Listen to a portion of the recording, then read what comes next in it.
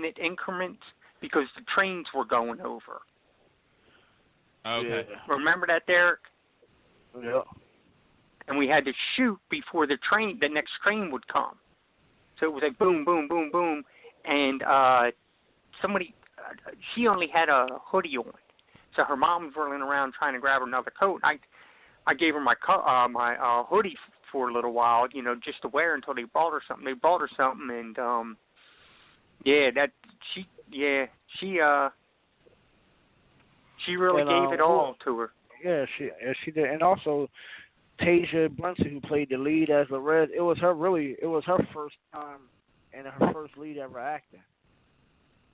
Mhm. And it's like really, she really it was her first time. It was like her first real lead that she ever had in the movie. And she just so photogenic, and it's just she turns it on when it's say action and turns it off, and she's out of character. She could be something special if she really want to, really hone into her craft and really go real hard at it. She could be, because she just had that personality, man, where she could just be anybody and pull it off. Well, you know what the funny thing is? Oh, go ahead, Derek. I'm sorry. Oh no, I'm just saying, everybody did a phenomenal job, but those two right there, I was really impressed, because that's the ones that had with me that the most. You know what I mean? Everybody else, I basically knew, what they could do, but I never worked with Tasia before or Sky. Well, actually, all of them: mm-hmm. Melanie, Cameo, and Osiris. But it was the dedication, because we had somebody at first, but we had to part ways with them, and we called Melanie. Melanie, we needed her real bad. She drove from North Jersey to, come on down and start working that day. And then I found Osiris Rodriguez. She plays Tina, and we had a Tina, but it didn't work out. And she's from Boston. Okay. She said we needed her, on set the next day. She drove from Boston to come on set. I said, man, that's dedication right there. Mhm. Yeah. You know what I mean? It was real dedication. And Dave Haynes, he was working with my cousin Will out in Pittsburgh on concussion, and after he worked off a set with him Friday night, he would drive from Pittsburgh to New Jersey so he could come on set with me, and then he'll drive back Sunday after we done to go finish filming Concussion in Pittsburgh. Wow. Yeah. Yeah, I gotta honestly say, when certain pictures started coming out from her little secret, I'm looking, and we did it right before me and Dave did our scene. There was a scene with him and Rhonda, and there was a picture of her looking like a real bad crack addict. And I remember seeing her on location and everything, and I said, well, who did Rhonda Mormon play? Because, on her headshot, she's a very, attractive-looking girl and everything. And then when I looked, I said, oh, my God, Rhonda's a crackhead. I said, look at this. I didn't even recognize her with the makeup and everything. I looked and I said, Rhonda's a crackhead. And she was just on TV yesterday. Yes, she was. Yeah, she was on Bounce TV on a new sitcom called In the Cut. She was on there yesterday, playing a character. Yeah, she's a gorgeous woman. I said, well, you coming on the East Coast, I'll make you ugly. You can leave that pretty stuff over on the West Coast. That's over on the East Coast, you get raw. So all that pretty stuff is going out the door once you get on my set, because yours not going to be pretty. I said, you get pretty when you come to premiere, but right now, you're on my side of town, so we're going to get you ugly as hell. Yeah, I didn't even recognize her. Yeah, it's like you got a job to do. We're gonna make you ugly right now. This is no time for you to look good in this film. You're gonna look like this. I love it. Yeah, man. She pulled it off. Go ahead, Charlie. No, go ahead. No, I was just going to say, yeah. I mean, she was ready though. She's just a phenomenal actress, man. Whatever you give her, she really goes hard in it. She studies it. I mean, it's to the point where as though she gets so much in the character. After she's done trying to break out of character, she basically got to go see a psychiatrist to get back to normal because she goes in like that. I mean, she really loses herself in the character. What do you want to say, Charlie? No. I was just like when we were saying about you making her ugly, and that was another thing. A lot of females, when you're on the set and you're saying, "I'm going to put this in your hair," they'll actually come out and tell the director, "No, you're going to make me ugly." Well, you're supposed to be a crackhead. No, I don't care. And that's what we were talking about earlier, how some actors and actresses don't go full tilt boogie into the character. They're there to look at themselves on camera. They think that they're there to people, the audience is to watch you, not a character. So, but, right. Yeah, she, right. I did not recognize her. I really didn't. That's so funny. Yeah. That's a good thing, but that's still hilarious. But we were mentioning over the weekend, like, hopefully we will get a chance to see this next month, I think. Hopefully. Yeah, August. I didn't give out the date yet, but yeah, August. August going to be the premiere. I'm waiting for the paperwork to come to me now. It's going to be at the end of August. I can't wait to see it.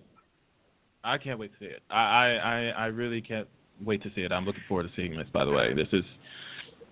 I told all my coworkers about it. I did. Mm-hmm. I did. And one coworker doesn't want to see the film until they read the book. So that's how she's playing this out. Yeah, a lot of people, and like even with the book, it's like there's so much more into the book that we couldn't even put it all in the movie. Trust me. Mm-hmm. The book, because book you can add whatever you want in it, how many pages. You know what I'm saying? Also with the book, the ending from the movie I did, that Thomas Freeman wrote, is that I wanted to change the ending up. I wanted to leave it open just in case. Mm-hmm. There could be a part 2. What is Tom anyway? Never say never. Never say never. Huh? Yeah, exactly. So I never say never. So just in case, we want to go that route, we can go that route. Absolutely. So for those that want go ahead. No, I was going to say, for those that want to know a little bit more about it, you can go on Facebook.com and type in Her Little Secret, the movie, and you can find everything that you need to know about the film right there on the Facebook page. I think you have a website too, but don't quote me on that. Yeah, actually, the website, we're revamping it. We're going to put a lot of new stuff, and I'm waiting for the new poster to get done and everything. Nice. Dude, I'm excited for this, by the way. If you can't tell, I'm beaming on the other end because I really want to see it. This trailer, if you haven't seen the trailer, you got to watch the trailer. It is so good. It's really, really good. You know what's funny about the trailer is that people hit me up, that I don't know, that watch the trailer and say, well, you done told the whole story in the trailer. I said, I ain't even show the antagonist in the trailer. Mm-hmm. Yeah, I've seen that. I've seen that. Somebody said, well, you mentioned the whole movie in the trailer. No. Nope. The antagonist is not even in the trailer. Mm-hmm. I was gonna say, like, how do people think that was the whole movie? Even I didn't think that when I watched it. I was like, there's more to the story. I watched it. I was like, there's more to the story. There's no way. They say, because they say, okay, she had a rough childhood. She met a dude. He went to jail. She met another dude, and now the dude coming back into the life for revenge. You know what I mean? But that's do people not watch trailers at all? For me, I'm looking at that. I'm going like, wait a minute. You know what it is? What is it? People that Tell me. People that think they know movies ain't never did one in their life. You know what I'm saying? So therefore, they're more critical than anything. and then also get, then don't we have enough urban movies about, the ghetto, what goes on? I said we got enough mafia movies, but ain't nobody complain about it. I said, let me tell my story. It's not everything ain't for everybody. Right. If you don't like it, hey, that's cool. You know what I mean? Go watch something that that sparks your interest. I don't like horror movies. I'm not gonna sit here and talk about it. I don't look at it. Charlie will tell you that. I don't look at horror. I just don't like horror. But I'm not gonna sit here and badmouth it. You know what I mean? It's just not my cup of tea. But you realize those same people that badmouth those kinds of movies are going to be the first ones in line to watch it, and then they're going to be the ones that criticize after watching it too, with all the bad stuff. And it was too ghetto, it was too this, it was too that. I was like, well, then why did you take your ass and watch it? Exactly. That's it. Exactly. I said thank you for watching the trailer anyway. That's right. That's all you can say. I personally watched it. I liked it, and I sat there and I was like, I know there's more to this story. This is not it. In this trailer right now, there's more to it, and you just got to go and see it.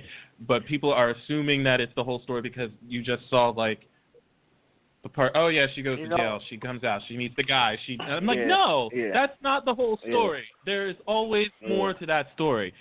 But exactly. What do I know? I don't know anything. I do want to say that I want to give a shout out to Tim Fontaine. He the one that cut the trailer. You know what I mean? He's just phenomenal at his work. You know what I mean? He really cut that trailer and make it the way it is, and how intriguing and how it makes you want to see more. I can't take the credit for that. No doubt. Yeah, and as I said, talking about people who criticize it and haven't even seen it, but they're going to be the first ones to go there to criticize it.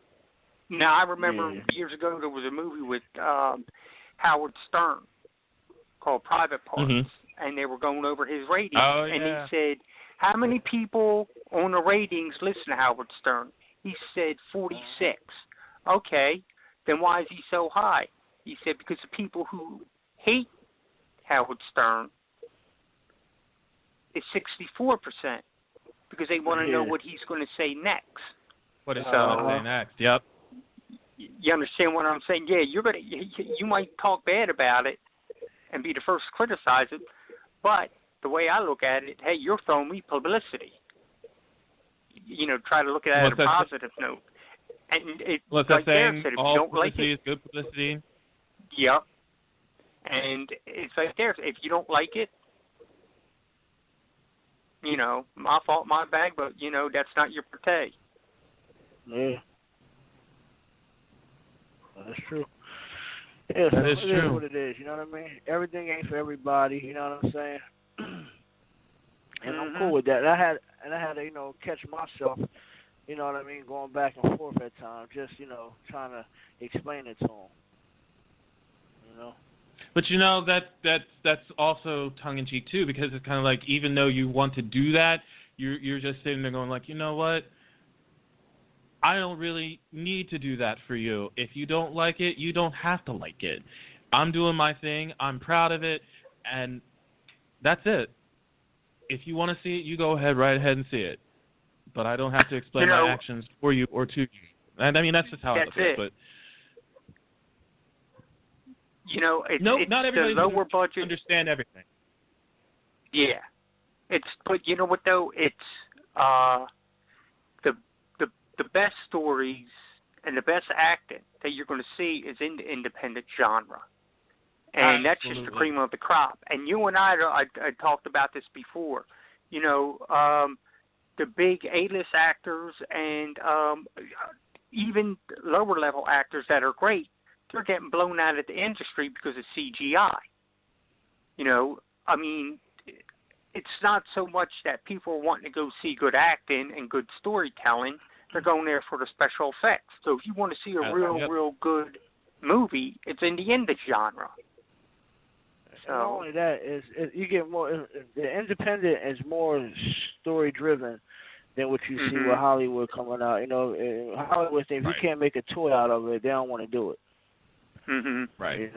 So it's like, you want like good story driven, acting all the way through without, the CGI and stuff. I don't mind special effects, but just with good story content, the independent movies, they always, it's always something in there that you get from it.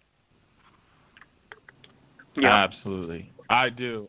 You can be really gritty with it, and you can tell so much with an indie film, and that's why a lot of people, mainly fans as well as actors, want to get into the